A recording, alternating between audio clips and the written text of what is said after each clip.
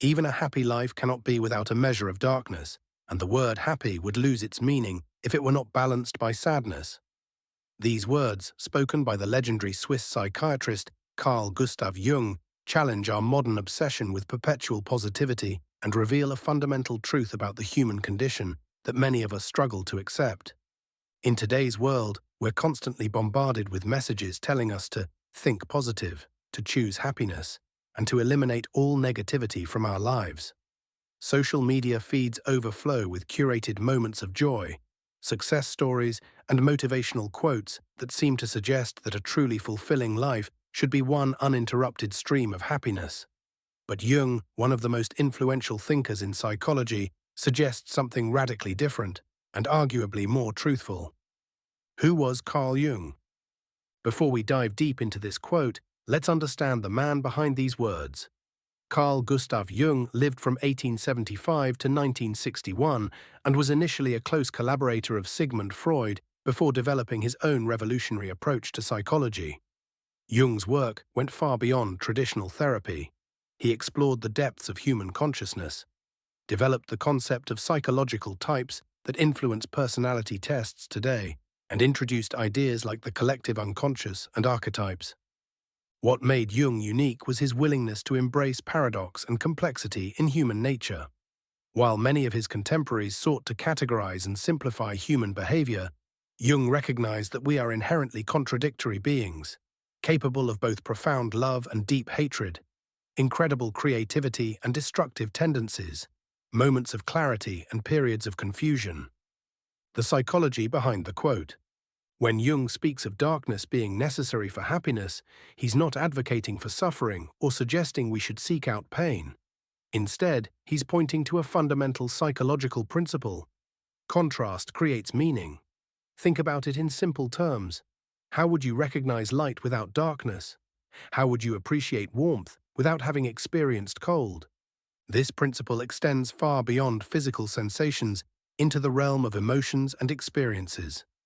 Jung understood that our capacity for joy is directly related to our familiarity with sorrow. The depth of our happiness is measured against the depth of our sadness. Without this contrast, happiness becomes flat, meaningless, and ironically unsatisfying. From a neurological perspective, we now understand that our brains are wired to notice changes and contrasts, rather than constant states.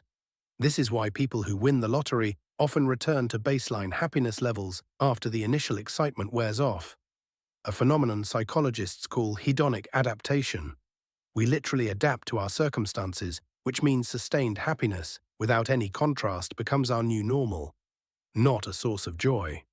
The shadow self. Jung's concept of the shadow is crucial to understanding this quote. The shadow represents the parts of ourselves that we don't want to acknowledge.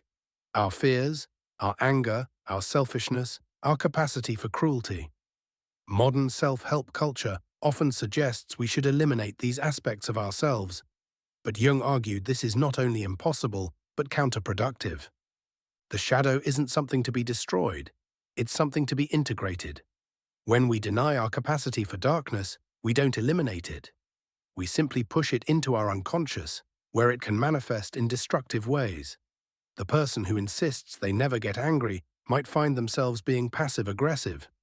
The individual who claims to never feel sad might discover they've also lost their capacity for deep joy. Jung believed that wholeness, not happiness, should be our goal. Wholeness means accepting all aspects of ourselves, including the uncomfortable ones. This doesn't mean acting on every dark impulse, but rather acknowledging these aspects exist and finding healthy ways to integrate them into our personality. The myth of perpetual happiness. Our culture has created what we might call the myth of perpetual happiness, the belief that a good life is one free from negative emotions.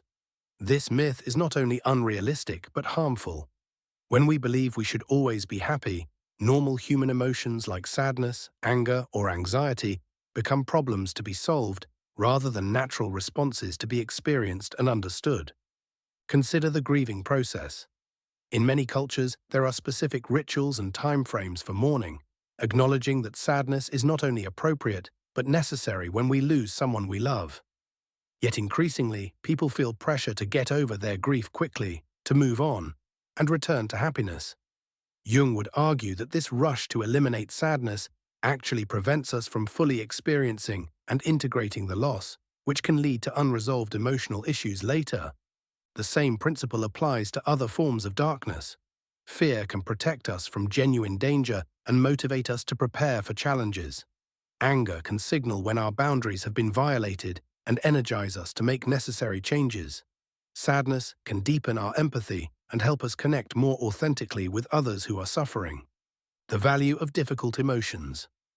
Each emotion, even the uncomfortable ones, serves a purpose. Sadness slows us down, encouraging reflection and helping us process loss or disappointment. It also signals to others that we need support, strengthening social bonds. Fear heightens our awareness and prepares our body to respond to threats. Anger provides energy to address injustice or protect ourselves and others. When we try to eliminate these emotions entirely, we lose their valuable information and energy. We become emotionally flat, unable to fully engage with the richness of human experience. Jung understood that emotions are not obstacles to overcome, but messages to understand. Moreover, our difficult experiences often become the source of our greatest strengths. People who have experienced depression often develop profound empathy for others who are struggling. Those who have faced fear and anxiety may become more courageous, not because they don't feel afraid, but because they've learned to act despite their fear. Individuals who have worked through anger often become passionate advocates for justice. Practical applications. So how do we apply Jung's wisdom in our daily lives? First, we can stop treating negative emotions as emergencies. When sadness arises, instead of immediately trying to fix it or distract ourselves from it, we can sit with it. What is this emotion telling us? What does it want us to understand about our situation or ourselves? This doesn't mean wallowing in negative emotions or letting them control our behavior. It means developing what psychologists call emotional intelligence, the ability to recognize, understand, and work with our emotions rather than against them. We can also practice what Jung called holding the tension of opposites. This means acknowledging that we can feel multiple things simultaneously. We can be grateful for our health while also feeling anxious about the future. We can love someone deeply while also feeling frustrated with their behavior. These contradictions don't need to be resolved, they need to be held. In relationships, this principle suggests that true intimacy comes not from sharing only our light sides, but from being vulnerable enough to share our shadows as well.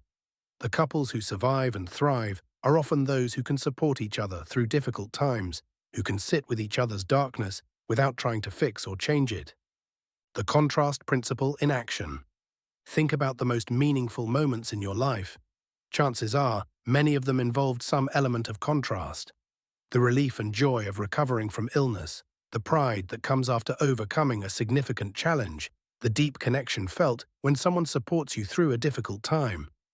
These experiences derive their power not from being purely positive, but from the interplay between light and dark. Consider the experience of parenthood. New parents often describe it as simultaneously the most challenging and rewarding experience of their lives. The sleepless nights, the constant worry, the moments of feeling overwhelmed. These difficult aspects don't diminish the joy of parenthood, they actually intensify it. The first smile after weeks of crying, the peaceful moment after hours of chaos, the deep love that emerges from the vulnerability of caring for someone completely dependent on you. These moments are precious precisely because they exist in contrast to the challenges. Mental health and integration. Modern psychology has largely validated Jung's insights about the importance of integrating all aspects of human experience. Therapeutic approaches like acceptance and commitment therapy, ACT, and dialectical behavior therapy, DBT, emphasize accepting difficult emotions rather than trying to eliminate them. Research has shown that people who try to suppress negative emotions often experience more psychological distress than those who acknowledge and work with these emotions. The attempt to avoid sadness, for example, often leads to a general numbing that also reduces our capacity for joy. This doesn't mean we should seek out suffering or remain stuck in negative emotional states. Rather, it suggests that our goal should be emotional flexibility, the ability to experience the full range of human emotions and respond to them in healthy ways. The wisdom tradition. Jung's insight about the necessity of darkness echoes wisdom traditions from around the world. The Chinese concept of yin and yang represents the idea that opposite forces are complementary and necessary for balance. Buddhist philosophy acknowledges suffering as one of the fundamental truths of existence, not to promote pessimism, but to encourage a realistic understanding of life that can lead to greater peace and acceptance. Many spiritual traditions include periods of darkness or difficulty as necessary parts of growth. The dark night of the soul, described by mystics, represents a period of spiritual dryness or confusion that often precedes greater understanding or connection. These traditions understood intuitively what Jung articulated psychologically. Growth often requires us to move through darkness, not around it. Finding balance. The key to applying Jung's wisdom is finding balance. We don't want to become addicted to suffering or use this philosophy as an excuse to remain stuck in negative patterns. Instead, we want to develop what we might call wise acceptance, the ability to work with whatever emotions and experiences arise while also taking appropriate action to care for ourselves and others. This might mean allowing ourselves to fully grieve a loss while also seeking support when we need it. It could involve acknowledging our anger about an injustice while channeling that energy into constructive action. It might mean accepting our anxiety about a new challenge while still moving forward with courage. The goal isn't to eliminate the darkness, but to develop a healthy relationship with it. When we can do this, we often discover that the very experiences we've been trying to avoid become sources of strength, wisdom, and deeper connection with others. Modern implications. In our current era of social media and curated online personas, Jung's message is more relevant than ever. The pressure to present a constantly positive image can lead to a disconnection from our authentic experience. When we only share our highlights and successes, we not only create unrealistic expectations for others, but also deny ourselves the support and connection that comes from shared vulnerability. The rising rates of anxiety and depression, particularly among young people, may partly reflect this disconnection from the full spectrum of human experience. When we expect life to be continuously positive, normal challenges and setbacks can feel like personal failures rather than natural parts of the human journey. Embracing the paradox. Jung's quote ultimately invites us to embrace paradox rather than seeking simple answers. Life is not a problem to be solved, but a reality to be experienced. Happiness is not a destination to reach, but a quality that emerges from our ability to engage fully with whatever life presents. This perspective can be incredibly liberating. It frees us from the exhausting pursuit of constant positivity and allows us to find meaning and even joy in the midst of difficulty. It suggests that our struggles are not obstacles to happiness, but integral parts of a rich, meaningful life.